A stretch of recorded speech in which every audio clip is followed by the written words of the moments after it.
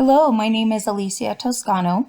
I will be your presenter today. I work for the Bear River Health Department, and today I will be presenting on protecting important documents. And I want to thank you for taking the proactive approach and starting to protect and safeguard your important documents. And I look forward to going over that with you. Our objectives for today are to identify which documents are important to have in an emergency, learn how to safely store these documents, learn where to store them, and be able to develop a plan to gather your documents in an emergency. So hopefully after our presentation, we'll have answered these questions for you today. I found this great quote by William James, which I thought went along with our project today. Great emergencies and crises show us how much greater our vital resources are than we had supposed. Hopefully, by taking the proactive approach to gathering this information ahead of time, you won't learn what you should have had after a disaster. So I thought that this went great with our presentation today. So let's dive into it. Disasters happen when we least expect it. So even if you live in an area that's prone to natural disasters, nobody thinks it will happen to them. Let's look at the recent fire in Hawaii and Lahaina. That was just an unfortunate event that nobody planned for. And there are a lot of people right now dealing with that crisis. And we always think that that will happen to somebody else, that we have more time, that I'll start doing this tomorrow. This is such a big task that I don't know where to start. So hopefully today, watching our presentation, it will help you feel a little bit better and show you that breaking this down piece by piece and at least starting to prepare for a disaster will help you if that crisis were to happen to you just a little bit more and take off that edge if this were to happen to you, which hopefully it will not. What documents are important to start gathering? That's a great question and one that can be overwhelming. And in our presentation today, we are going to break down piece by piece on where you start with that and give you an idea of what documents are important to protect. Of course, it will be different for every household, every family, and every person. But in general, we've put together today a start or a beginning as far as what those documents are. So let's jump into that. Let's start from the beginning, which would be birth certificates and death certificates. So think about the documents that you would need in a crisis to identify yourself and your household members. So this is going to include any birth certificates, any passports, any immigration information, and death certificates. This can also include any fostering that you're doing, any proof of that. This could include your driver's license or any type of ID that you might have. Another one that you may not think of would be valuable would be like maybe a student identification card, maybe from a local high school. That can also prove your identity. And pet ownership papers. An important one would be ID tags. And one of those that comes to mind is rabies shots. So we'll take our animals in for rabies shots. They'll give us something that you put on their collars, but it's also important to have proof of that. In a disaster, we're going to have pets and they may be running around wild and they're going to be scared and they may bite someone. So proof of immunizations and shot records on your pets, and any type of death certificates you may have for relatives in your household are always something great to have on hand and have on file. Something else you'll want to have is your medical and insurance documents. So you'll want to have your dental, vision, and medical cards, which could include Medicaid, Medicare, and VA benefits. A lot of us carry those in our wallets, but we may not have that in a disaster that may not be available in a disaster.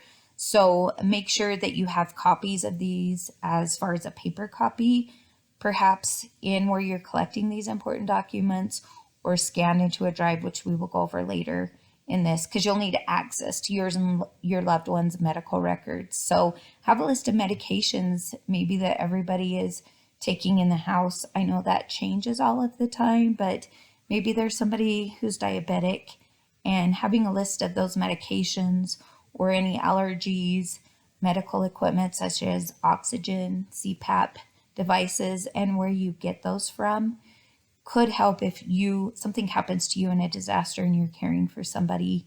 Having that information in one place will really speed things up.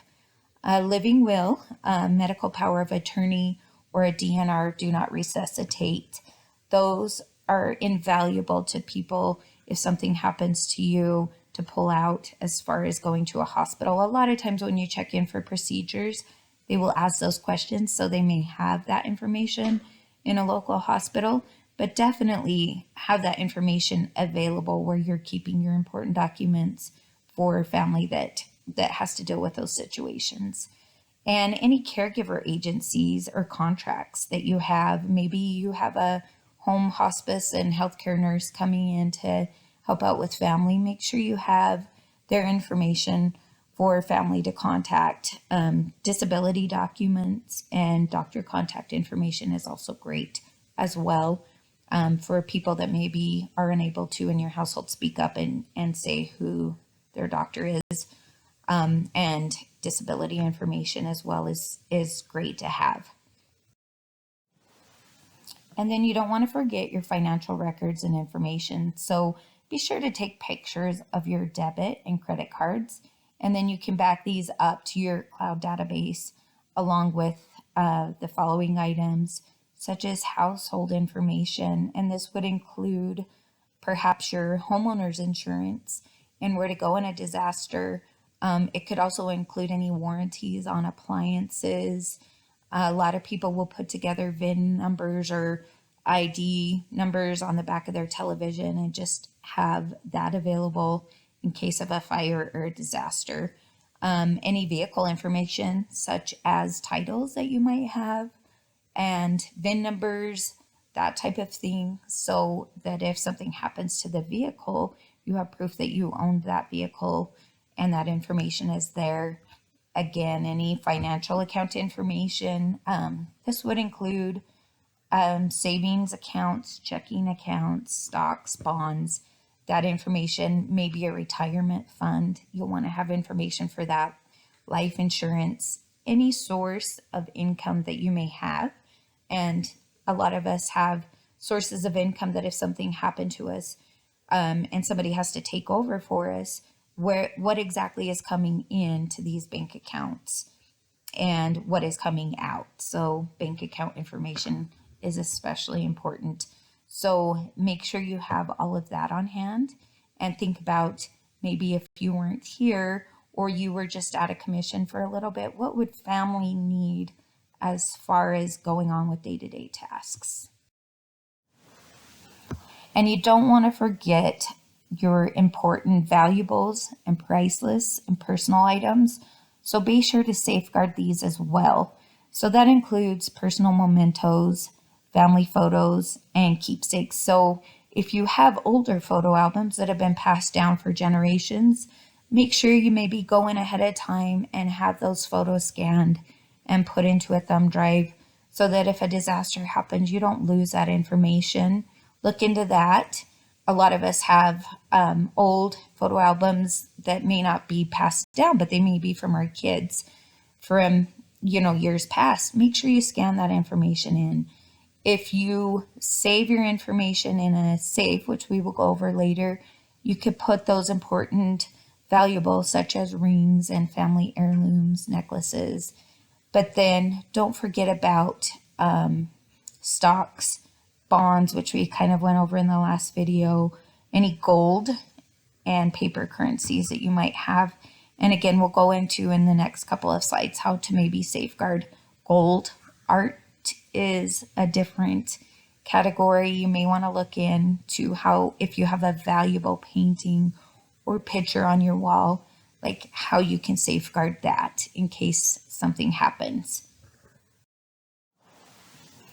So as far as protecting your important documents or valuables, let's go over some of those ideas for how to do that. So consider storing your paper copies of important documents at home in a fireproof, waterproof safe. They also have fireproof folders. So I have a lot of these important documents in a folder, but then I also have them in a small safe that I could even pick up and take with me.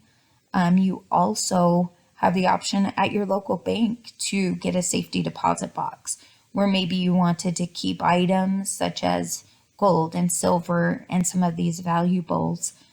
You can also leave those with a trusted friend or relative.